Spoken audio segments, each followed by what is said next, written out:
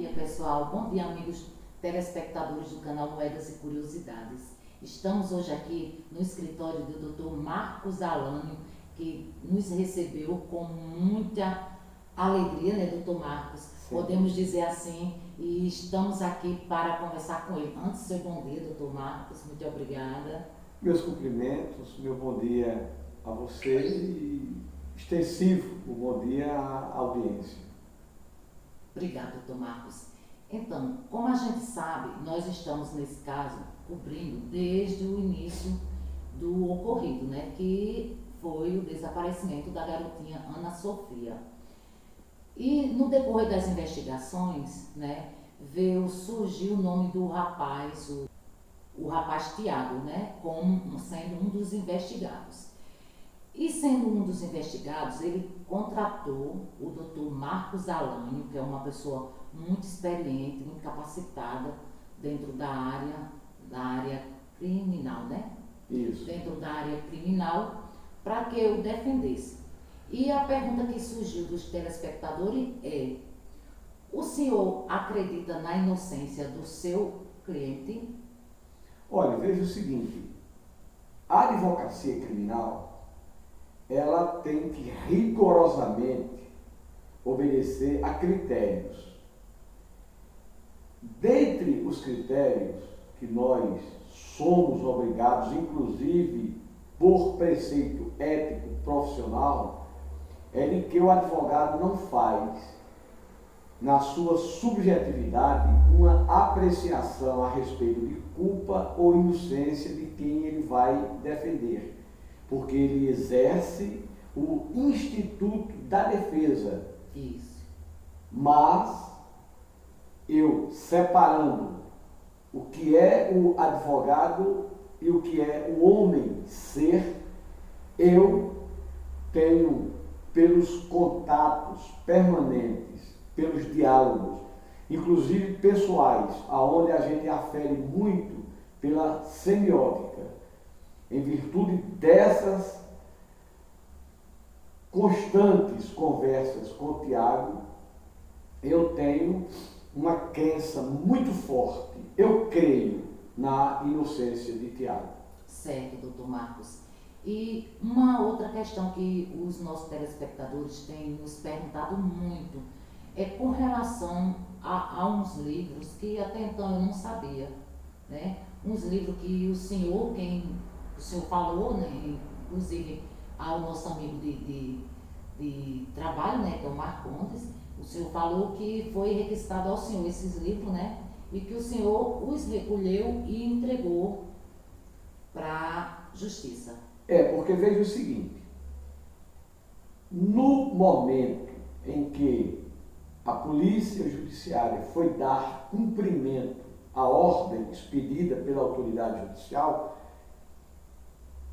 aquele mandado, ele era exaustivo, ele já delimitava quais os instrumentos, objetos e bens que porventura viriam a ser apreendidos, que seriam mídias.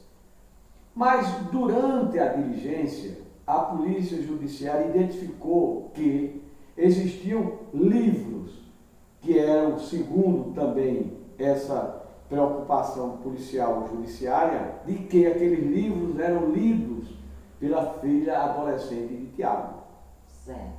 E, em virtude, segundo os delegados, em virtude de títulos dos livros, era necessário também apreendê-los. Ora, mesmo que não houvesse autorização judicial para a apreensão, no entanto, no sentido de colaborar com a investigação, que nós reafirmamos sempre a confiança no trabalho da Polícia Judiciária, especialmente pelo que nós conhecemos dos delegados que estão à frente da investigação, que presidem a investigação, do nosso delegado regional, da Polícia Judiciária da Paraíba. Nós quisemos contribuir com isso. O que é que nós fizemos? Doutor, faça a relação dos livros que foram identificados necessários para a contribuição à investigação, que nós mesmos iremos entregá-los. Foi feita a relação e nós fomos e entregamos. Certo. Doutor, e o senhor já teve acesso aos autos do processo, da investigação, ou ainda é algo da polícia? Infelizmente, ainda não. Agora, é uma garantia, é uma prerrogativa. Para que isso se compreenda, existem direitos. Se nós pudéssemos dar um plus nos direitos, nós chegaríamos às garantias, que elas são próprias e inerentes da nossa profissão de advogados. Dentre as prerrogativas é o acesso às provas no processo judicial e às informações colhidas durante a fase de investigação. Mas nós não tivemos ainda. Faz uma semana hoje que eu peticionei, pedindo acesso aos autos, aonde existe um pedido de expedição de mandado de busca. Obviamente, a autoridade policial justificou a necessidade de fazer, mas eu não tive acesso a essas razões justificadoras. Não tive acesso ao despacho de sua excelência, o magistrado, que proferiu, depois de convencimento pessoal, proferiu a decisão ordenando a diligência de busca para apreensão. Eu espero tê-los em mãos, os autos, na segunda-feira, onde aí sim irei fazer um estudo mais detalhado para ver quais são os fundamentos que justificam sequer a eleição de Tiago como objeto de uma investigação. Certo.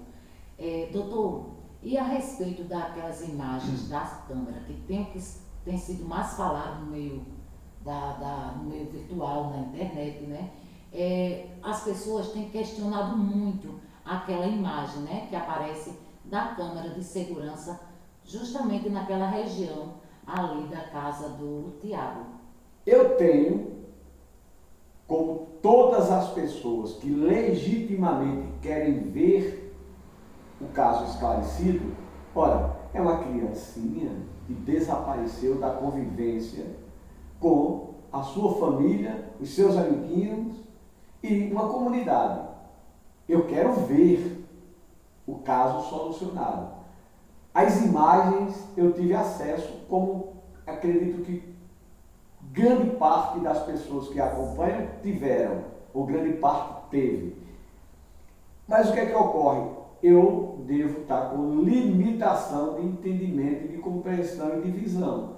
Porque eu olho para as imagens e não consigo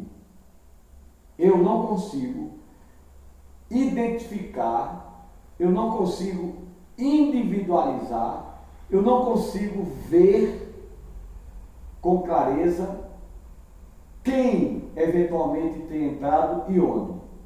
Eu não vejo isso. Rogo penhoradamente, inclusive como cristão, rogo que uma perícia possa nos ajudar e contribua com essa expectativa. Agora, para que isso ocorra de forma válida, a perícia tem que ser precedida de medidas de cautela que protejam o instrumento apreendido e que será objeto de uma perícia e, consequentemente, para a elaboração de um laudo. Se não houve a preservação da cadeia de custódia, qualquer perícia que tenha sido feita ou que venha a ser feita, produzida, ela tem a chamada imprestabilidade de prova. Contaminado, eu sou matuto, sou da minha rua de serraria e a gente diz, quando se vai com muita sede, a gente acaba derramando o pote e aí fica com sede. É verdade. Doutor, a questão a respeito, há boatos, há comentários, né, de que Tiago teria um segundo aparelho de celular na casa dos sogros. Isso é verdade ou foram o aparelho de celular da sogra dele que foi apreendido? O que foi apreendido, inclusive, sem autorização. O que foi apreendido foi o aparelho celular da sogra dele, uma idosa. Certo.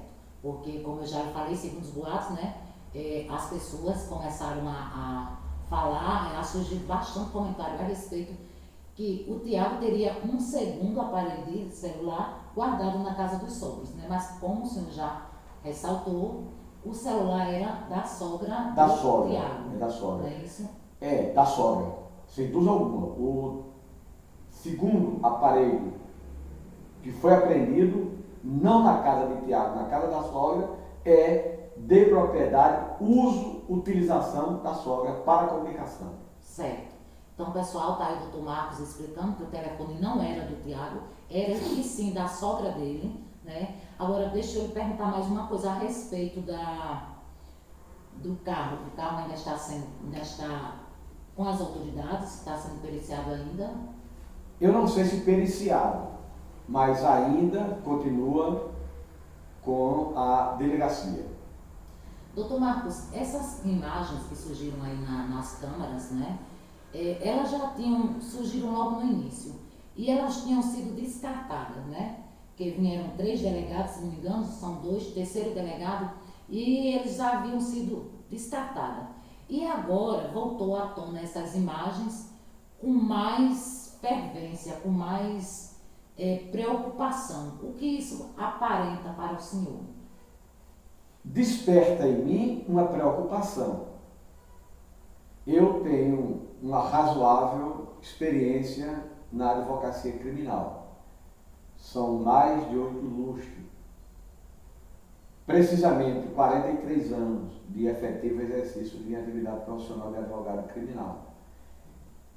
A minha preocupação é que esse clamor público, essa expectativa legítima da sociedade, se a senhora compreender, existe uma mãe, que inclusive essa mãe foi objeto de especulação, talvez maldosa, talvez sem compreensão de uma mãe que é cristã.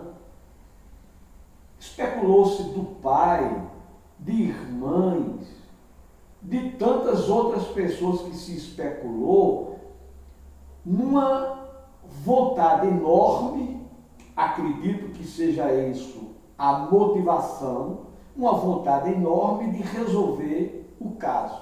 Ora, é necessário, senhora, que se diga à sociedade qual foi a motivação que ensejou o desaparecimento da criança. Essa criança foi levada para ser submetida a uma sessão de magia negra? É pergunta. Essa criança foi levada para a extração de órgãos? Essa criança foi levada por um pervertido sexual que quis satisfazer a sua lascívia doente? Ela foi levada perversamente para o sacrifício de vida, para ser negociada? Ela foi levada para a adoção? Ela foi levada para quê? Qual a motivação do desaparecimento dessa criança? Isso são perguntas que a sociedade quer recebê-las. Agora, quer recebê-las dentro de um critério muito rigoroso, para que não se submeta inocentes a pagarem por um fato que sequer se tem motivação.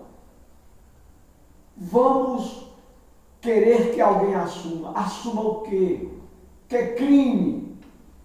Homicídio? Estupro? Estupro seguido de homicídio? Ocultação? Que crime? Que crime? Então, a minha expectativa é de que as coisas funcionem dentro de rígidos padrões de legalidade.